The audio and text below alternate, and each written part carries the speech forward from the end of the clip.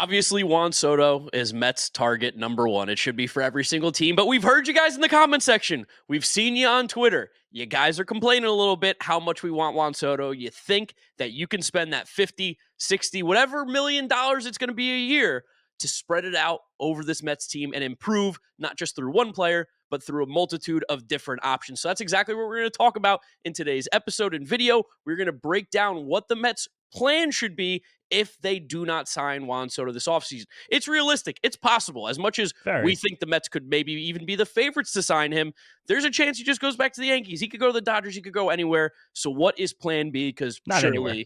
Well, yeah, I guess he can't go anywhere. He can't go to the Miami Marlins. Yeah, those are two good teams. But what's plan B if we don't get Juan Soto? I'm excited to go through this because this is a little bit different. This is a little bit off the beaten path of what the Mets content world normally gives you. And built off the beaten path of what we've been giving you, because every single episode we've started and ended to talk about Juan Soto. We did a video for you guys on Saturday and a podcast too, so if you missed that in the podcast feed, go back and listen to the episode Saturday. 5 Mets we don't think will return to the team next year. We somehow wound up talking about Soto in that for like 7 minutes and 25-minute podcast, so it's all been laser focused on Soto. But again, we want to do a little choose our own adventure this time. Pretend the Juan Soto thing doesn't happen. We miss on Juan Soto. It would be a shame. That'd be a tough pill to swallow, but what the Mets could do and how they could allocate their offseason without Juan Soto. And I think when this conversation begins, a lot of Mets fans immediately bring this to starting pitching. And the guy is always Corbin Burnes. And I think that it does make a lot of sense in like a very obvious way. Like, okay, he's the best free agent pitcher. We need a frontline starter. Bang, bang, 1-1. Lock it in there. But I do think that there should be a bit of buyer beware on Corbin Burnes and the fact that I don't think he's as absolutely lock solid, trustworthy, stable as of an investment that many people might think right now. Yeah, I mean, I think Corbin Burnes is still really good. I'm probably a little more, or I'm not as, I don't want to say down because you're not really down. You're just not saying that he's worth the Garrett Cole money, which is probably what he's going to want to see. But it kind of brings up the same scenario then. I can talk about Juan Soto. I'd rather just give all that money to Juan Soto than spend $35 million on Corbin Burnes as a pitcher who, like you said, has been a little bit down from where his peak was. A little bit there. I want to shout out, listen to the podcast friend, Isaac Grofman. He does great pitching analysis. He did a monster thread about why Corbin Burnes is not an ace anymore, and it really permeated the baseball circles. Eric Hosmer quote tweeted him and said he was an asshole. So and then apologized. That you did, yeah, and he apologized. Yeah, he apologized. He's like, "Oh, I took the bait. Good job." Nice. Good for Isaac there. Because again, Isaac does great analysis, and you always know you're on the right path. If Eric Hosmer doesn't like what you're doing, that means you use numbers and use any kind of advanced stats. So that's good. But the biggest thing with Corbin Burnes is that he's just had some little teeny tiny downticks the last few years, mainly with his cutter. And the cutter was always the pitch that made Corbin Burnes one of the best pitchers in baseball. But just, it was still great. Still been great the last couple of years, but just a tiny bit more mortal, which for that pitch to become a little bit more mortal made Corbin Burnes a little bit more mortal. And again, I still think he's definitely one of the 15 best pitchers in the league. But another big part of Corbin Burnes' value, which makes him seem so valuable, is the true of another guy on the board like Max Fried. People are like, oh, he's durable, like he's a horse. We kind of learned with pitchers the last few years. You kind of see this all the time with pitchers, free agents, that you're kind of only durable until you're not. Same thing as you're injury prone until you're not. Dude, Garrett Cole was like throwing 200 innings every single year, and then this year he had an injury. You're durable until you're not. And Corbin Burnes is, I think he's 30, right? He's 30, just turned 30. Yeah. Which is, again, that's fine. He's still very much in his prime for a pitcher. But 3 straight years where he's gotten to 193 innings. Might be one of only 5 pitchers in baseball to have done that. It's just, I still think Corbin Burnes is a fantastic pitcher. I just think that if you have to give him the 7-8 years for $30-35 million a year he's going to ask for, I think by the middle of that contract, you're going to be like, oh my God, I really don't think we should. I really wish we wouldn't have given Corbin Burnes that money. Yeah, and I think a lot of times too with Mets fans, when you talk the offseason, it's very easy to talk about free agency and the guys that are available on the free agent market. But there are a lot of pitchers that are ace caliber starting pitchers that would help this team that you'd be able to get through trades as well. Garrett Crochet is a name I've been throwing out a lot. He's going to cost a lot of prospects, but he's going to be very cheap for the Mets to acquire in terms of actual spending money, which is something that they need to look into. Another name that I've been seeing thrown around a lot because for some reason he's linked to trades is Seattle Mariners starting pitcher Luis Castillo. They don't really want to give him that money. And honestly, at $24 million a year for the next 4 years, that one feels pretty good to me. And I think you could take that contract from the Mariners and for the right price, like in terms of what they'd be getting back, they'd be willing to make that move. I agree with you. I have seen Castillo's name thrown around. He is the exact kind of guy the Mariners would trade because he's a fixed cost. So another team would be able to get it. And there's no variables with like if you get a guy in arbitration, and they just have so much pitching within, and they need to put that money to offense. And the weird thing about Castillo is that he's become much more of a four-seam guy since being traded to the Mariners 2022. That was a pitch that was like kind of always middling. He threw basically as much as his two-seamer, a sinker, and his change-up and a slider.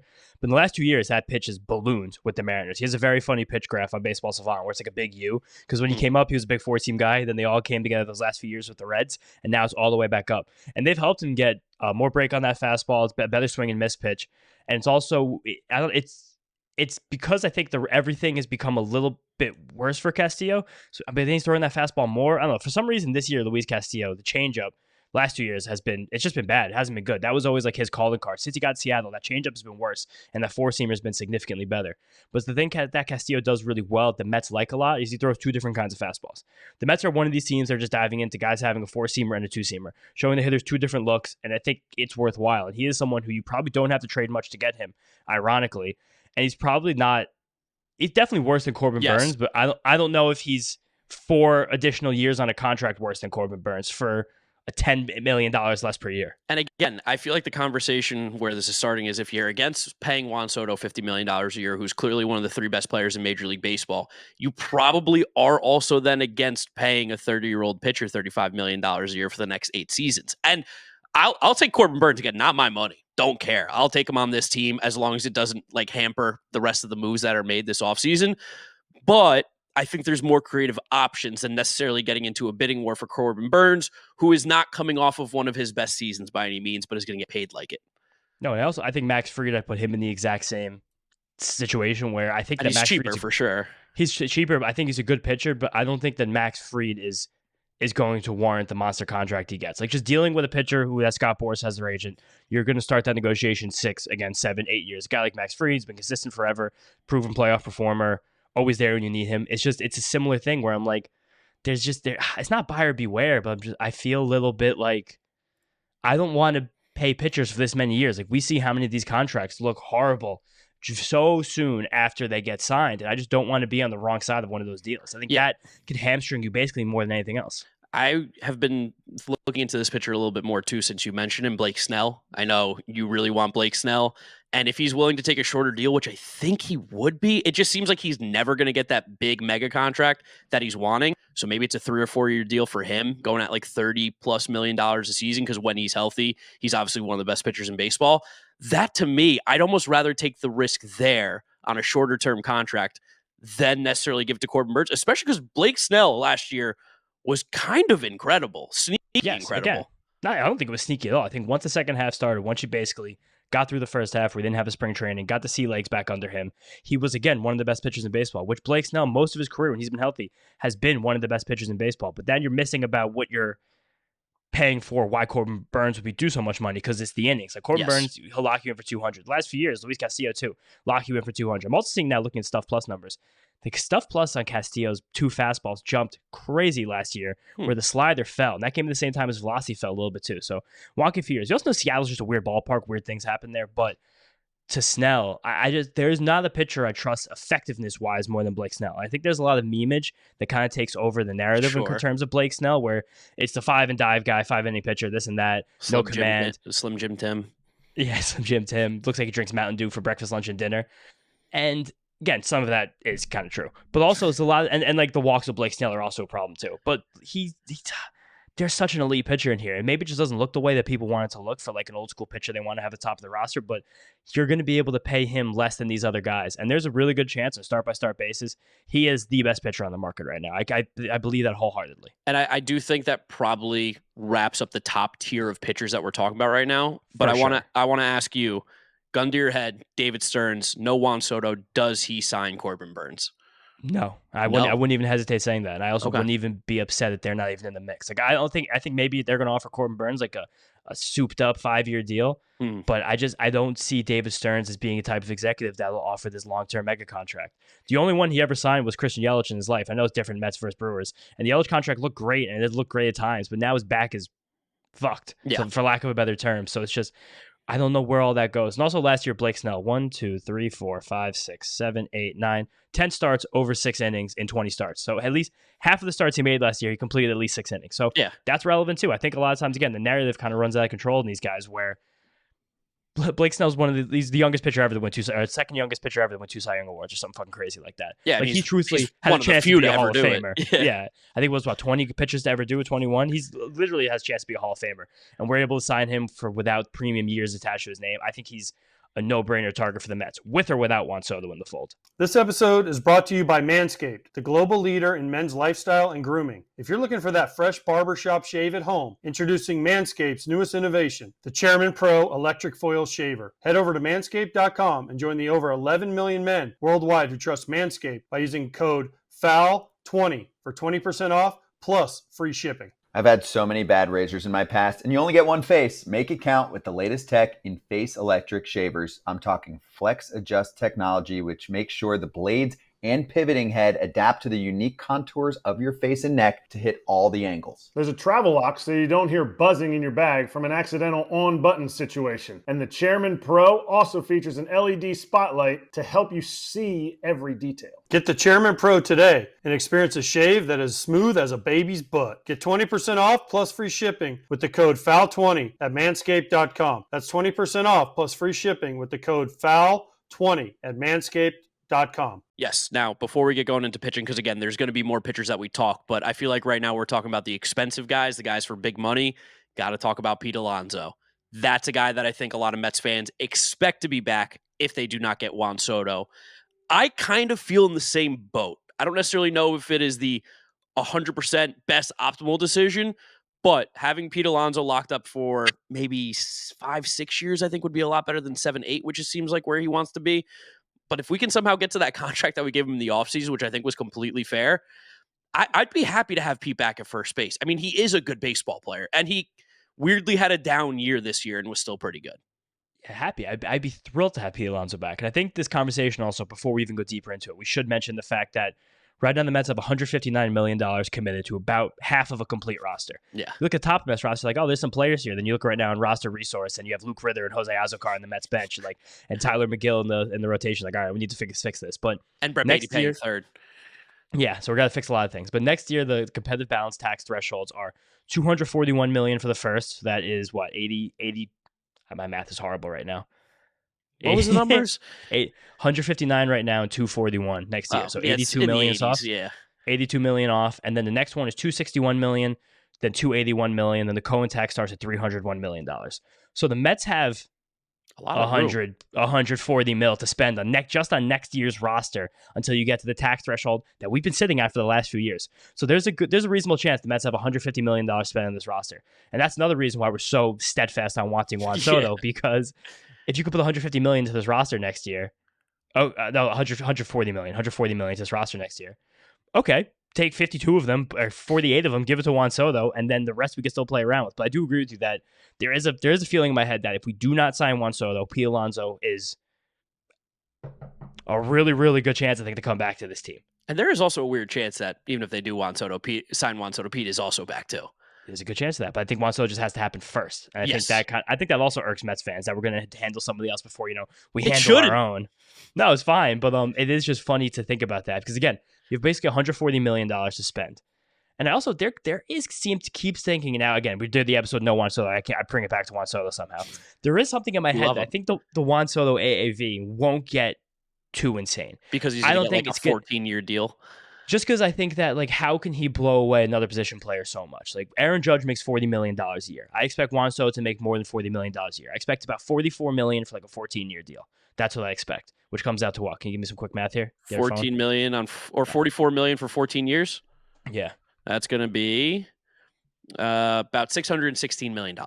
And I think that would be a great contract to sign, where he's in eye shot of the Shohei Ohtani 700 number. He's a little bit above Aaron Judge's AAV, and he's locked in until he's almost 40 years old, or until he is 40 years old. But I can't see him blowing out that $40 million that much. And again, when you put it back in the context of how much we think the Mets are going to spend this offseason, which they might not, because we kind of talked about this last week, where similar to last year with Yoshinobu Yamamoto, if the Mets don't get the top tier free agent they want, they probably just stay in the middle a lot, which is what we're going to talk about as we get forward this episode. But it becomes Pete for $24 million a year. Then you look at the middle tier of pitchers. Maybe you have a much better chance of bringing back a Sean Manaea. You get Blake Snell in for $30 million for 3 years per.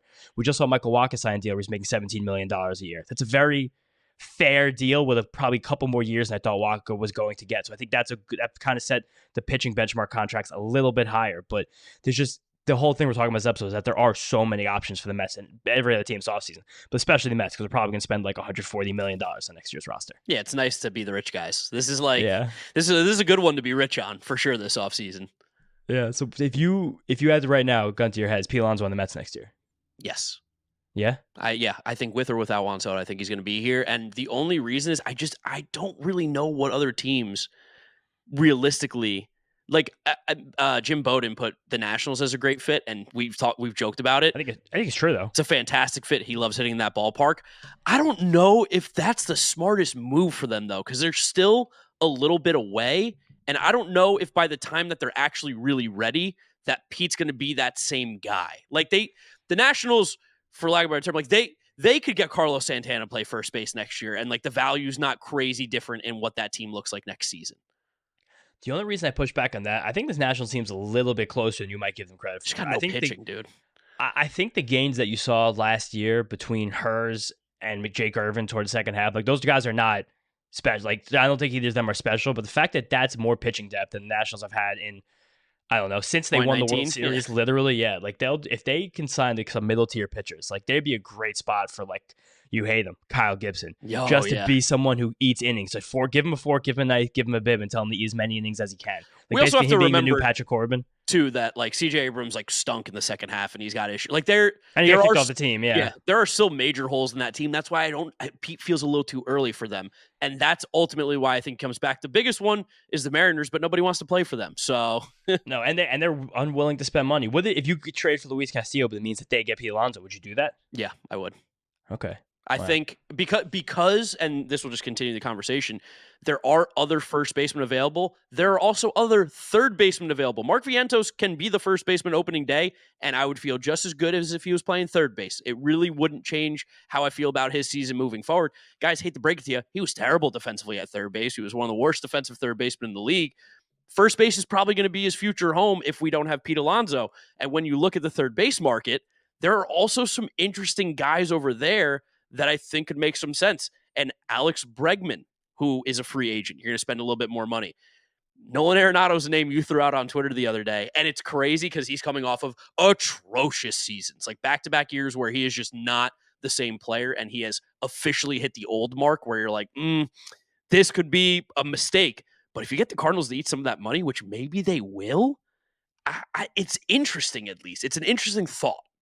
I also would say, we've made this mistake in this podcast. I definitely make this mistake sometimes with my analysis where believing a player's skill set is static. We already made that mistake once with Mark Vientos.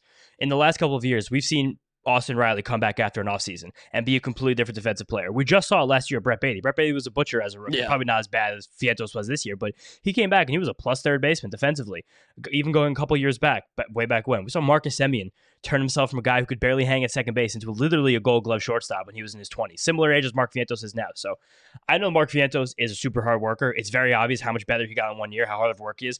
It really wouldn't surprise me if Mark Vientos in the near future becomes a legitimately good defensive third baseman. Truthfully, wouldn't surprise me at all. Because especially once you get past all those names you just said, the infield market this free agency is bad. It's quite bad. It's the corners. Yes, it is a really good thing. It's also, second base. It's Gleyber Torres, who you despise, and literally not one other starting caliber player besides maybe Jorge Polanco, if you just pretend that Seattle ruined his career. Jose Iglesias. Jose Iglesias. But Jose Iglesias being listed as shortstop, which is funny. Polanco is another guy who I think some team will do well on because it seems like Seattle just sucks people in. Yeah. He struck out more than he ever has in his career since joining the Mariners, and they always say like you just can't see there because of that batter's eye, which is a funny thing. So I think Jorge Polanco of the rest of these infield options is my favorite that would be inexpensive. Ooh, I got another one. I was going to say, I think we're probably thinking the same wavelength here. The one guy who I think is interesting. 3, 2, 1, Brandon Lau. Ha-Sung Kim. Oh, okay. Ooh, Brandon Lau's option got picked up. I know, but they would trade him probably for nothing. Sure.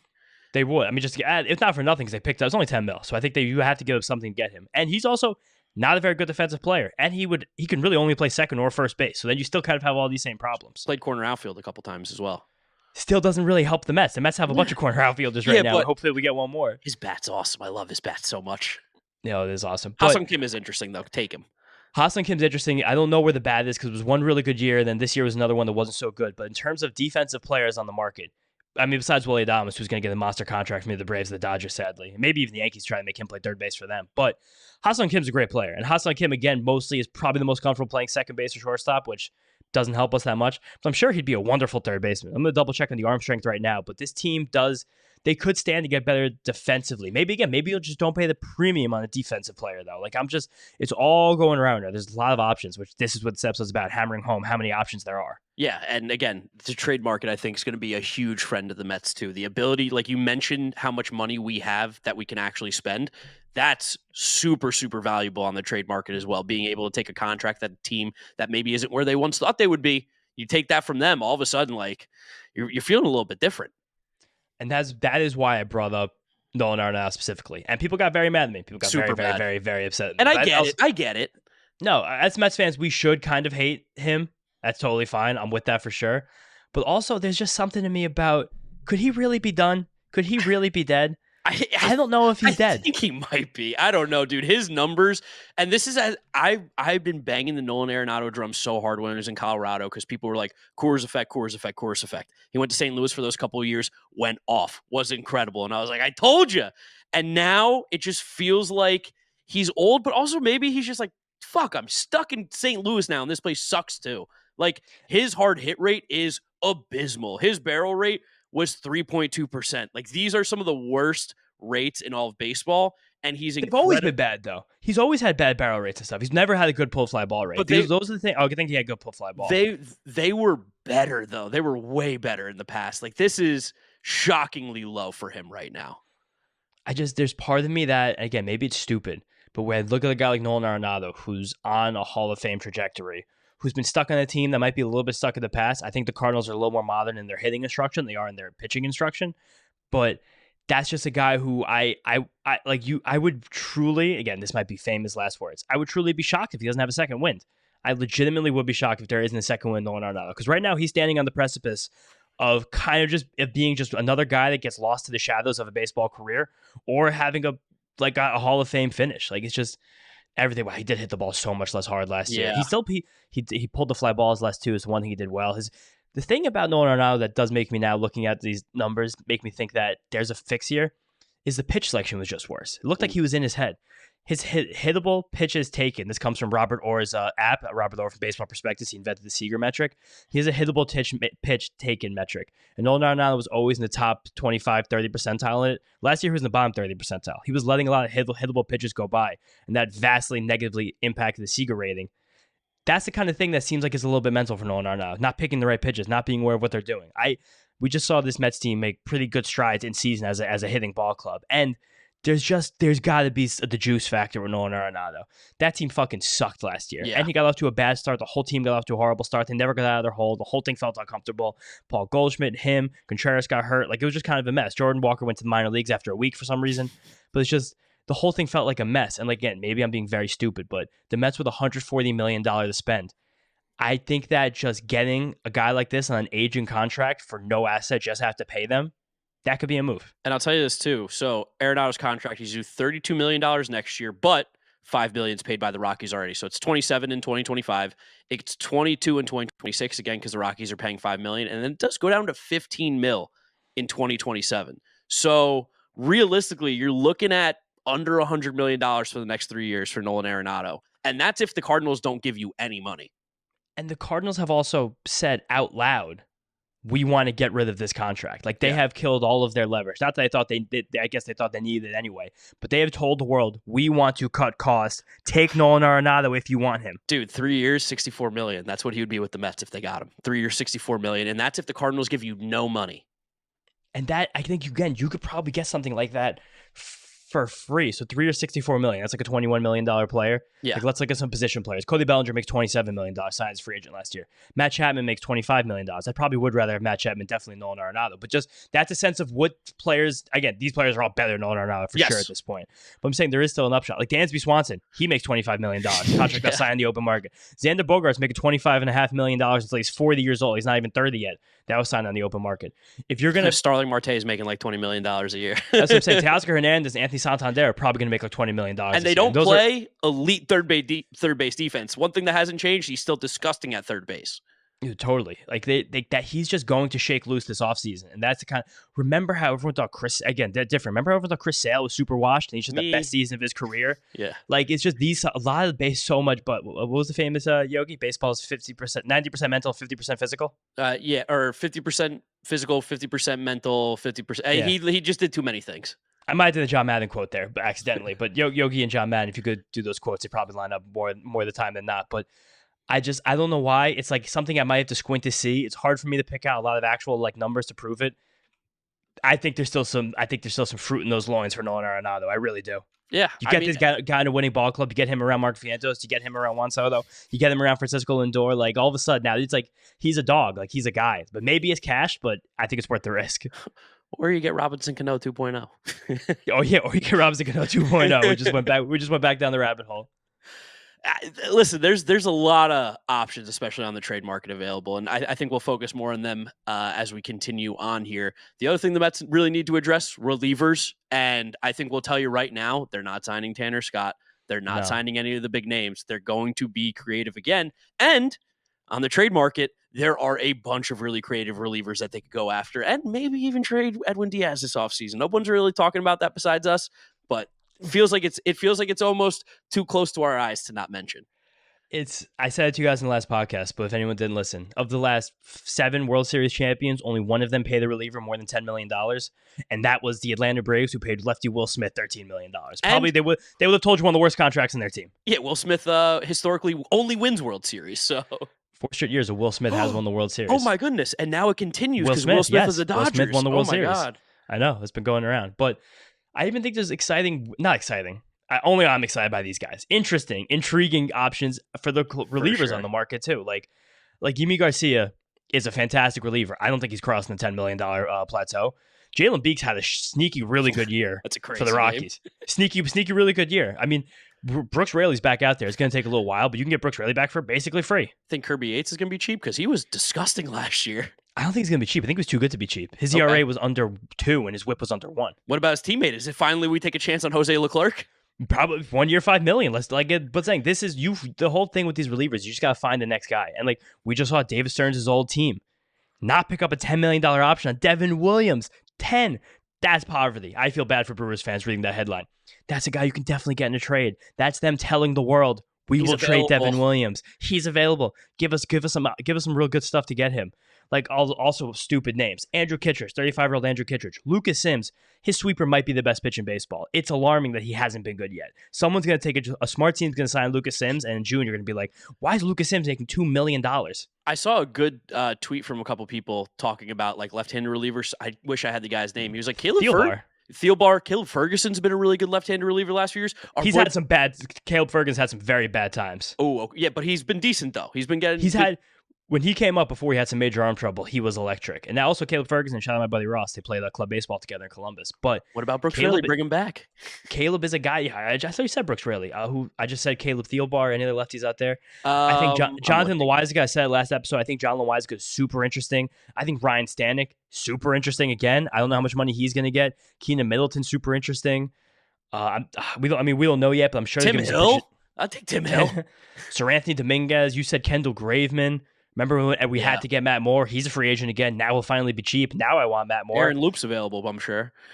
Aaron Loop is available. Jake Diekman's available. No, I'm kidding. But Adam Simber's bizarre. Like they're just the Mets are going to just pepper the middle of this reliever market over and over again. And they're going to do that with or without Juan Soto. One reliever I'll never give up on. Amir Garrett has to be good one time. He has to be. He's a guy who might get him in New York and things could change. I think Hector Neris, I'm sure for the $5 million he's going to get, but for nothing, for free. Yeah, I I don't mean, know, and maybe then there something. are other good names too, like that are not Scott left-handed Barlow. relievers. Jake Junis, I'd love to see him throw Yeah. 80% sliders. That will drive Mets fans crazy, but he's like kind of good. Your boy Brebbia is a free agent again. I I'm know sure someone tagged that's me. someone Someone who tagged could me in a be- thread about Brebbia. Like this also. Drew Smiley, I'd give a shot. Clay Holmes. I know. I well, would I said that to you definitely the give other a night. shot to Clay Holmes. Definitely. But I think there's definitely, with or without Juan Soto, sadly, we could probably kiss goodbye to the top of this reliever market, which will be Tanner Scott, Jeff Hoffman, probably Aroldis Chapman, Carlos Estevez, and Kirby Yates. I would say those are the relievers who are going to get the 5 biggest contracts. I think we probably, and we're definitely also not signing Paul Sewald. 100% no. Please God, no, 100% no. I can't. Daniel Colombe, the Orioles Gulam? haven't done it. Yeah, haven't done anything with his option yet. He's a pretty good reliever. Sean Armstrong, I don't really like him, but some people do.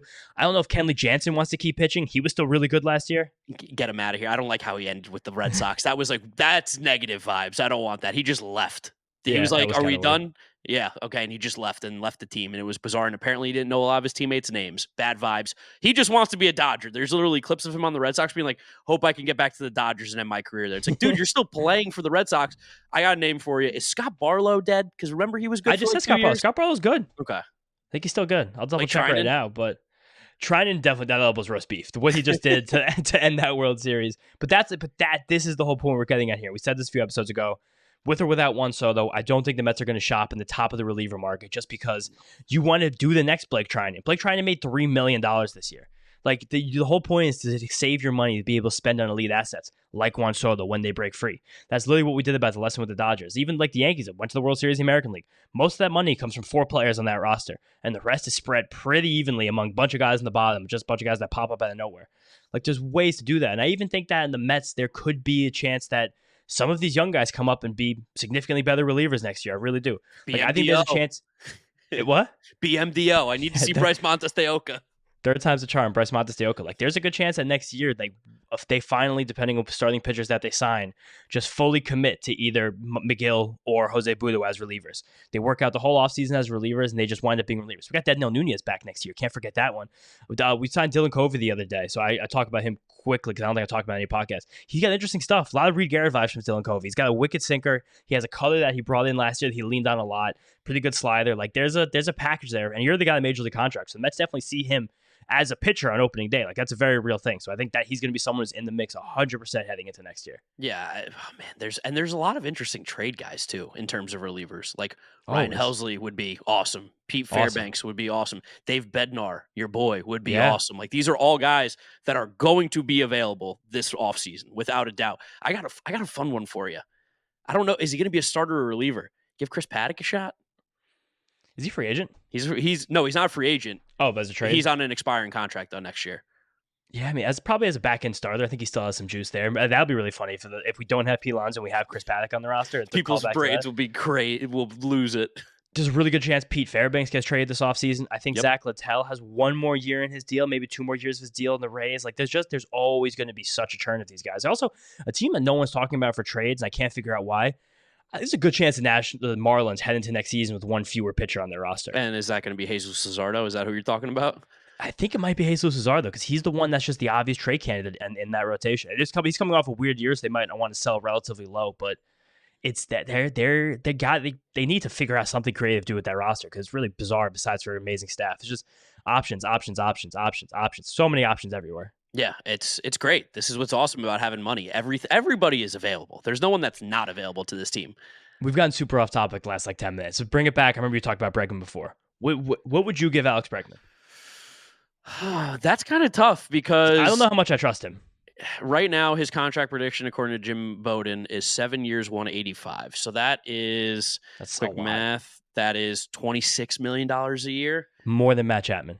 And yeah, more years. I'm not giving him more than Matt Chapman. I'm cool with 22, 23 for or if he wants to shorten the contract, which he's not going to because he's 30 and Alex Bregman's for sure going to age like milk when he gets older. I don't think so. I think he's going to age like milk? Because I think his power is already marginal. And I just can't imagine that as he gets older and he's not a big dude, I can't imagine he's going to continue. Listen, you could be wrong, but as a guy, the way he's played the last couple of years, he's not the same player that he was at his peak. That See, again, worries that's me. another thing I don't think is true, because I think the whole thing about he gets the same things as the Gleyber Torres treatment. He just happened to have his peak in the year when the baseballs were ridiculous. Like if Alex Bregman never had the 1 year where it was 40 home runs, I'm pretty 90% sure that was 2019. 18, he had right? 31. Yeah, what else was happening that year? The juice balls. Like he just happened to be in a situation where he was probably always like a 25 homer guy who hit for a high average, and then he got a little happy those few years. The thing that worries me a bit about Bregman is that last year, another guy. He started out really cold. He stopped catching up to the fastball, and the plate discipline took a dip as he was trying to get more aggressive and swing at some more hittable pitches. That scares me about Bregman, because if he does age well, the plate discipline will be the thing that ages him well. He still never swings and misses. He still makes tons of contact in the zone, but if he isn't hammering meatballs, I don't know how he even gets to 20 homers going forward. So because you brought him up, I don't think I want Alex Bregman for more than 4 years. No, me either. I also don't know if the Astros realistically let him go. It doesn't really seem like it makes sense for either of them to not just be Astros for life. But then they're running out of money. They have to run out of money eventually, right? And then what do they do with Kyle Tucker? Yeah, it's fair. Like, because they give out. To me, it was when they gave Altuve the monster extension. But his Bregman was goodbye. But I think Altuve, it's like $25 million a year. Yeah, how many more years does Altuve's contract have? 4. Yeah, till 2030, and he's getting $25 million a year till 2030. That tells me Bregman's not going back there. Bregman, it seems like, might get the Chris Bryant treatment, where he signs a big deal to a dumb team, and it's goodbye Alex Bregman. Alex Bregman just becomes 270-20, and that's how he finished his career. Alex Bregman goes to the Rockies. There you go. That'd be a great pairing. That'd be a great duo right there. Moving back to shortstop. If the Rockies ever trade Ryan McMahon, would love to have him on the Mets. Just while we're talking about the Rockies, that man's going to be enshrined in the Rockies Ring of Honor. Like he's never playing one game for another team. I think this is, again, similar to the situation with Corbin Burnes. I think there's a lot of buyer beware with some of these top guys on the market. Like I bet right now there somewhere in the world there's a Padres podcast they're talking about Pete Alonso, or a Nationals podcast they're talking about Pete Alonso. And they're saying the same things we're saying about Burnes and Bregman about Pete. Do you really want to give this guy a 7-year deal? Is he going to be worth it? How is he going to age? Like I think we love Pete and we hold him near and dear, but I think that the top free agent, basically every position, maybe besides Willie Adames. I trust Willie Adames. Maybe he's only 29, but I think that I trust him.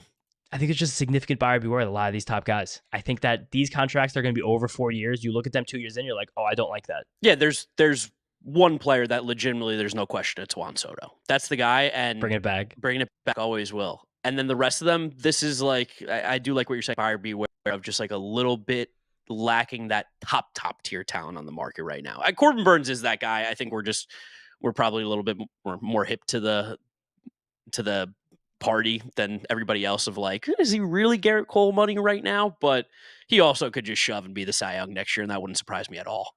Easily. He could definitely get back into it and being one of the top guys. And also, people talk about like the relationship with him and Stearns. I don't think there's anything positive or negative there. Some people, I've seen Mets fans say he'll never sign here. He hates Stearns from Milwaukee.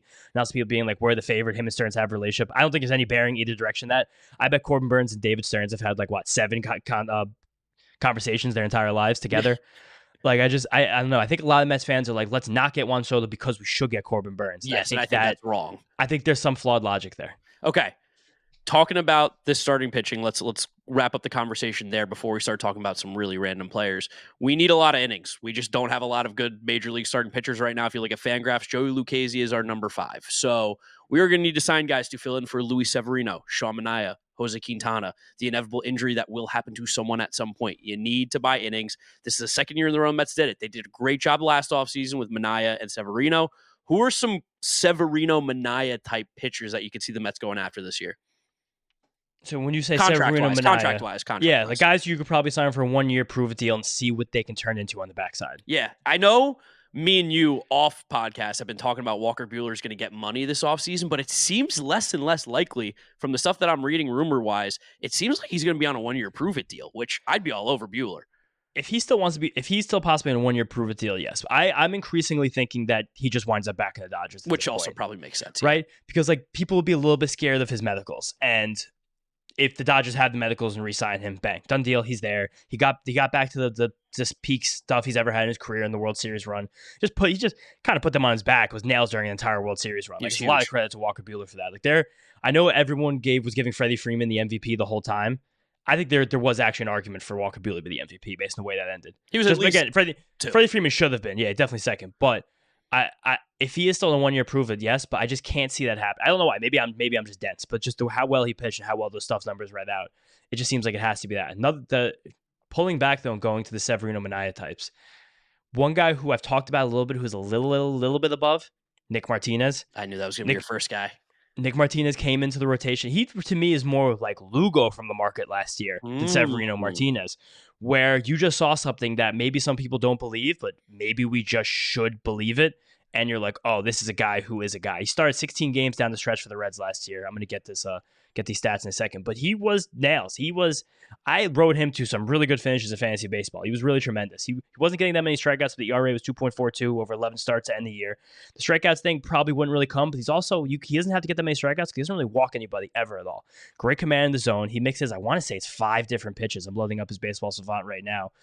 But it's someone who his stuff didn't take that much of a step back. Also, when he jumped into the rotation, and he was pitching in Cincinnati, which is one of the hardest pitches in the league, and he was pitching in front of the Cincinnati Reds defense, as he's a fly ball pitcher, but it's one of the worst defenses in the league too. So dealing with a lot of bullshit, I give him a lot of credit for. Let's see how these pitches were when he got in there.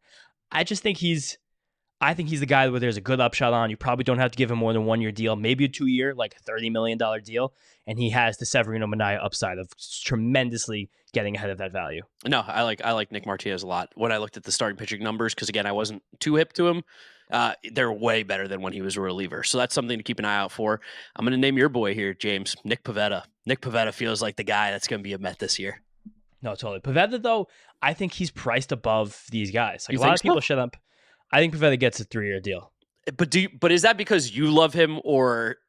But these are the things I think that the front office will like. Like, I think a front office will value how good his breaking balls are and how good his fastball is over his ERA, right? Maybe. I don't know. Because there's been guys in the past that have been good that you look back and you're like, oh, you got nothing. Like, I think, can you think of one? like I can think of the flip side where it's like Nathan Eovaldi was never a guy whose like stuff was like out of control. Recently, when he was younger, What do his you mean? stuff was He's throwing 98 miles an hour. recently, like the last couple of years, his stuff has taken a dip. He still throws 98, but we know that's not always what matters. It's about the stuff. True.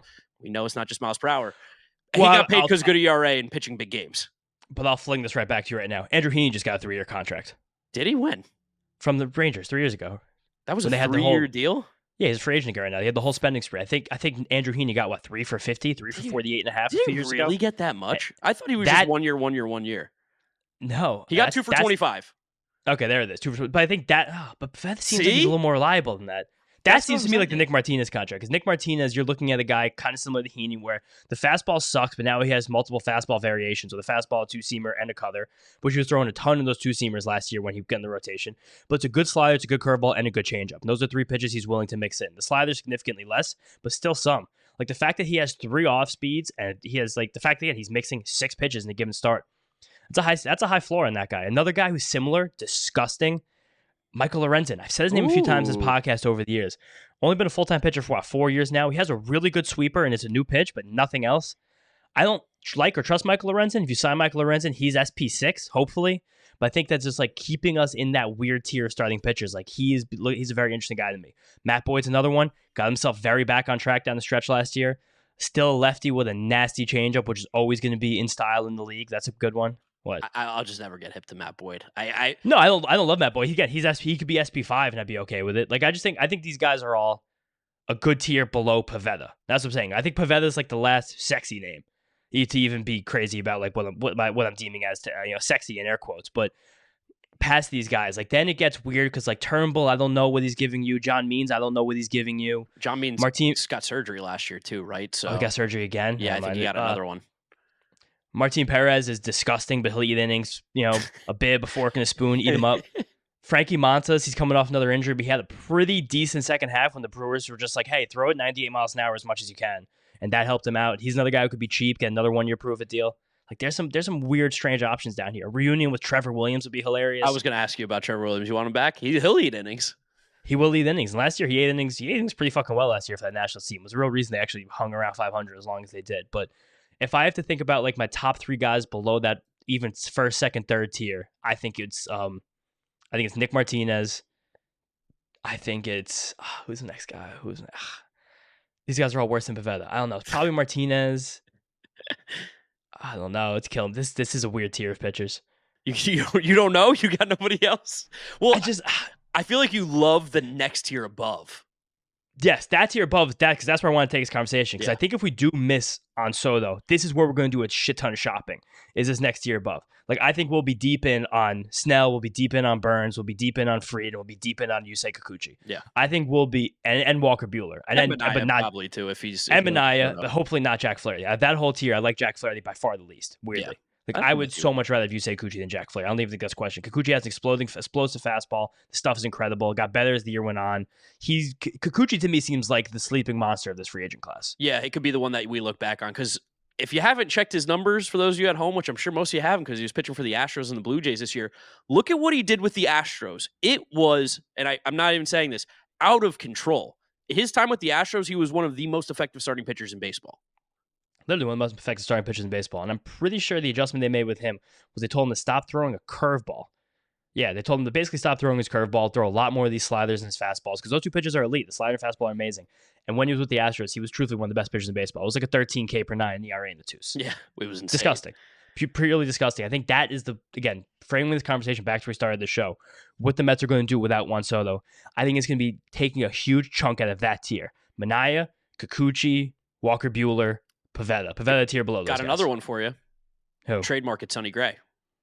I think Sonny Gray's a great one to trade market. You don't like Sonny Gray as much as me, and I think Sonny Gray, I don't know how to phrase this because I've never met Sonny Gray. I've never talked to Sonny Gray. He seems to be like a starting pitcher, might be a tiny bit reluctant to the way data is framed certain times for pitchers. Well, there is a story that came out, and I think this came out from Foul Territory. I think Kratz was talking about it because he's caught Sonny Gray or worked with Sonny Gray a lot, especially in New York, that part of the issue with him and the Yankees were that the Yankees were telling him almost too specifically what pitches to like. Sonny Gray is a huge feel guy, and if he's not feeling a pitch, he works through it. He's like, I got to do this, I got to do that.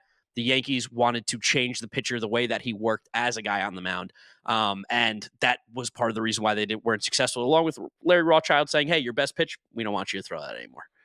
That's big. Sonny Gray, though, is sneaky, not that durable of a guy. He's had some Definitely years where not. he's healthy throughout, but then like last 2 years, he's been like pretty healthy, but then 21, 22, he only threw 130 and 120 innings those 2 years.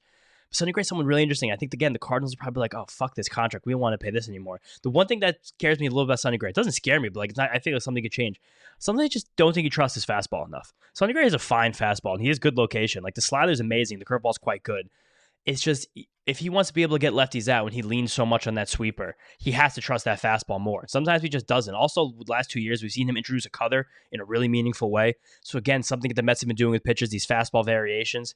He has the four-seamer, the two-seamer, and the cutter to go along with the sweeper and the curveball. It's a great mix of pitches. Like if Sonny Gray's your 2 next year, you did a really, really, really good job. Like a dream rotation. Oh, dream rotation right here for the Mets. Blake Snell, Kodai Senga, Sonny Gray, Yusei Kikuchi, Nick Pivetta, David Peterson. Bang. That's a monster. That's a World Series rotation. It is. What about that's my World Series rotation. I just shoehorn Pivetta in there. He wouldn't be in there. This is Kikuchi simply a deep cut for the podcast people. Eric Fetty, he's available. I don't think he's available, is he? He's on a 1-year deal, and I'm sure it was a 2-year deal. Yeah. For the Cardinals, trade him. Yes. I mean, yes, I would definitely take Eric Fetty. He was fucking awesome last year. I don't want him, but I just wanted to get you talking about Eric Fetty for a second. I mean, I called my shot so good with Eric Fetty last year, you motherfucker. I nailed that one, and the Mets were in on it too. So again, Stearns, Yeagers, everyone's listening to the Mets Up podcast. We know that, but I'll tell you a fun one I would love to take a shot on, and we saw this team do just stupid shit. A few days ago. Is Reed Detmers available? I'd love to get him in. He might be. I'd like to get my hands on Reed Detmers. Starling Marte for Reed Detmers. Who says no? And the Angels. He probably has a little too much team control. There's also the element of I just haven't been that keyed into the Japanese players that are posting this year. Sasaki's not posting. Sasaki's not posting. I know. It's not we official, should but mention he's Roki not Sasaki. posting. If he did post, it would be a very different thing because he would basically do the Shohei thing where he would be signing. We have to give all of our international bonus money to get him, and then he would be in the arbitration system. So he'd be foregoing hundreds of millions of dollars if he doesn't just wait another year. But the Mets would just be killing all their international signings as well. Just like last year, Shota Imanaga, like there's someone's going to break free that we don't know about yet, probably. Like a mid-rotation guy from Japan will break free and be like, oh, this guy who could get mid-rotation money, like Kodai 2 years ago. Yeah, I don't know what the name... Shout out my friend Wheels, who lives in Japan, and he watches NPB more than I think anybody. Oh, Sugano? Is this one of the guys he was talking about? That is, yes. I think he is one posting, Sugano. I think he's a mid-rotation guy with a big-time splitter. Yeah, he's 35, so you're not going to get a super big contract with him, but he's coming over. And I think there are a couple more guys that have not yet been announced, so I guess we'll just wait and see. Yeah, and again, so maybe to wrap up this pitching section and move on and talk about hitters for a few minutes before we go. If the Mets don't get Juan Soto, because again, that's the theme of the episode, expect them to shop in that mid-tier of pitchers hard. Yes. To go a little bit above where they were last year, was all the 1 year try and fix or upper deals, which we said before would be the guys like Lorenzen, a guy like Heaney, a guy like who we just say, a guy like Matt Boyd. I forgot my guy Dick Martinez, Frankie Montas would be that tier of guys. Wade Miley, good chance Wade Miley's a Met next year. Definitely a good chance. Good chance Wade Miley's a Met next year. Martin Perez, he's just inning either. Spencer Turnbull. Did Colin Ray get his thing picked up? Because he's also a former Stearns guy too.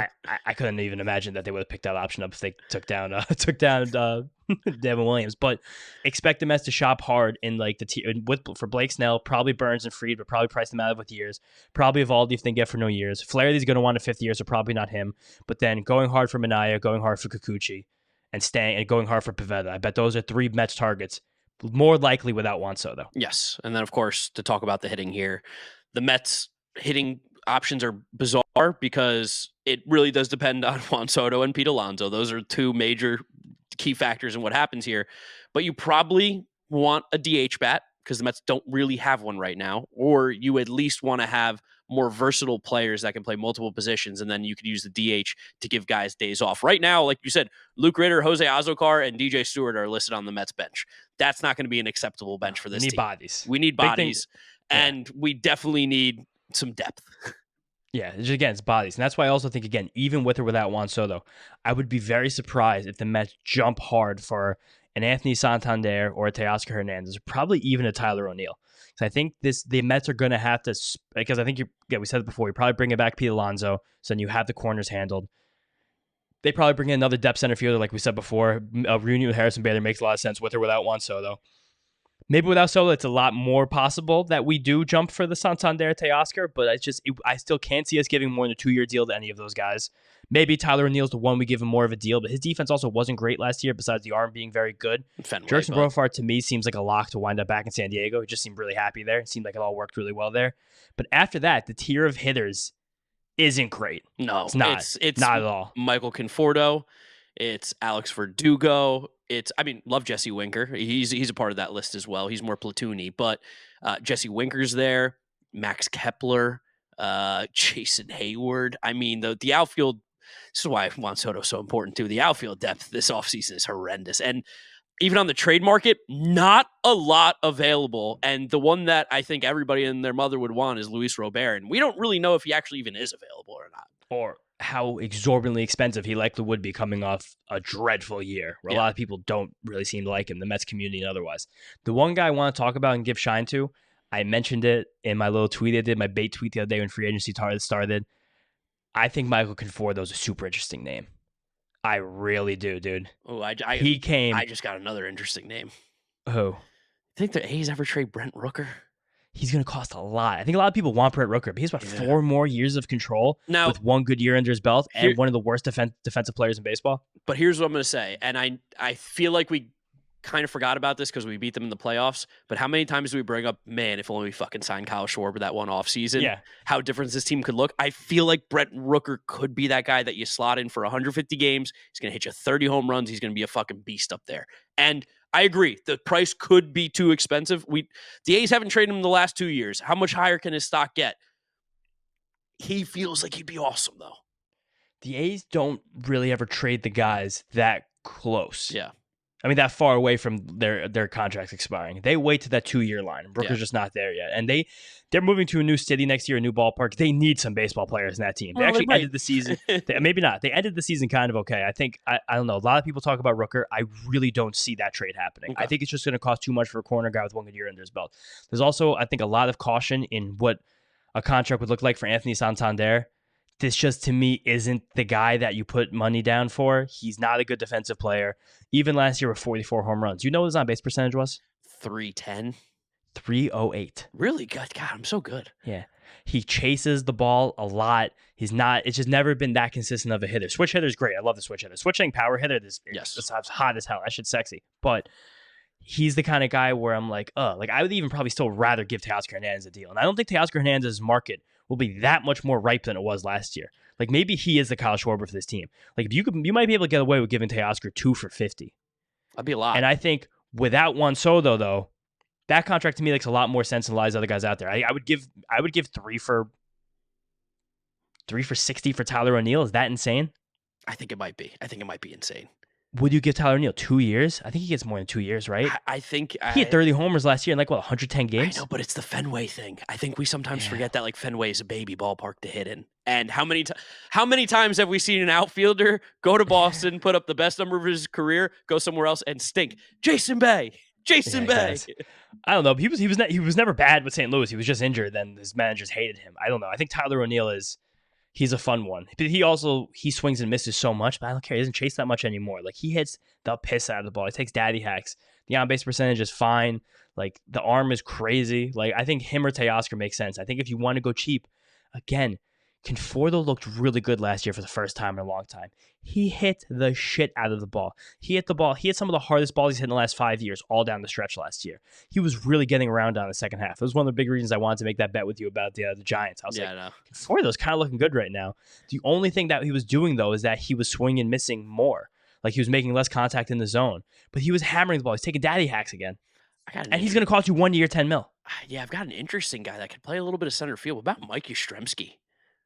Can he play center field? He plays center field pretty consistently, I think, for this team. He is such a weird player because I'll tell you right now, I don't get excited about the name Mike Yastrzemski at all. I hear Mike Yastrzemski, I go, ugh, whatever. He's not free. You have to trade for him. Yeah, trade for him. I know. And I think he's basically free. I don't think he's going to cost that much money. I can't imagine he has any money really owed towards him. The year was not great, but defensively, he's solid. It feels like he could be platoon-ish-y with Tyrone Taylor. I don't know. If you give up nothing for Mike Yastrzemski, would you be interested? Why do you think you're giving up nothing for him? Because he's 35, and do the Giants really care if Mike Yastrzemski's there or not? How is he already 34 years old? How'd that happen? That's what I'm saying. I don't know. The Giants will probably I don't think give me an 18-year-old in the Dominican. I don't think he's that good. I don't think he's that good at all. I don't look at anything Mike Yastrzemski does, and I'm like, yeah, he's a baseball player. He could be, I guess, a foil for Tyrone Taylor. It's just a lefty platoon, but I don't want a 35-year-old running around center field. That's what I'm asking. I wanted to throw the name out there. I'm not saying we got to get Mike Yastrzemski. If we're going to trade for a center fielder, there's two guys I'd rather prefer. But yeah, no, definitely. But this also underscores the whole Juan Soto conversation, just because this market is barren besides him. Anthony Santander scares the shit out of me. Michael Conforto's the weird underdog sleeper option. I think Santander's, to clarify, scares you in the way that he's not going to be worth his contract. I think he's going to still be a good player. I just don't want to give him $20+ million a year for 6 years or whatever it's going to be. Oh, I actually don't even think he's going to get that. I think the max he gets is 4-year deal. I would only give him a 2-year deal. It just doesn't. He's not it's similar to the Marte conversation where when you signed him, I was like, this isn't the kind of guy that ages well. Whereas the anti-Schwarber, where it's all play discipline and power, which both age really well. Santander's contact and chase. If you just start missing a few more of those pitches because you lose a little bit more of athleticism, you lose a little more of that quickness of the reaction because you get a little older, he becomes a significantly worse player. Suddenly you're giving $24 million a year to a guy with an under 300 on base percentage. You just simply can't do that. No, which is why, again, Teoscar's better for me. Winker's definitely, I would take Winker for a 1-year deal before I jump on Santander again. The reunion Winker, this does start to make more sense without Juan Soto, but it's kind of barren after Soto, so that's why his whole thing is a little scary. Another guy who I think is interesting, I probably like him a lot more than you. Max Kepler is interesting to me. Yeah, you definitely like him more, but I'm in the interesting boat. I would give him a shot for the right deal. Yeah, he probably doesn't get more than a 2-year deal. I might even be surprised if he even gets a 2-year deal. He kind of feels Winker-ish. Stinky. Yeah, but he does play a good defense corner outfield. He has a really good arm. Has been stinky, but he's a hoss.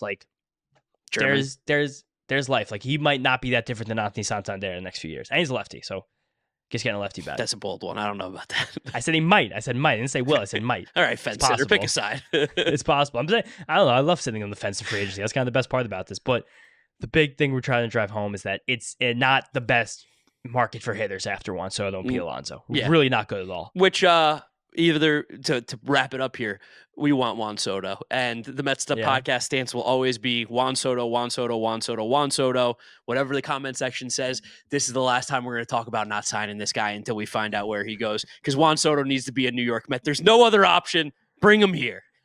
It's not there's no other option, but this is the absolute number one first preferred option. Start with Juan Soto, get $140 million put in this roster next year. Do you give him 45 of them, and you still have $90 million to spread out to 6 more players? Give him 55. Get crazy.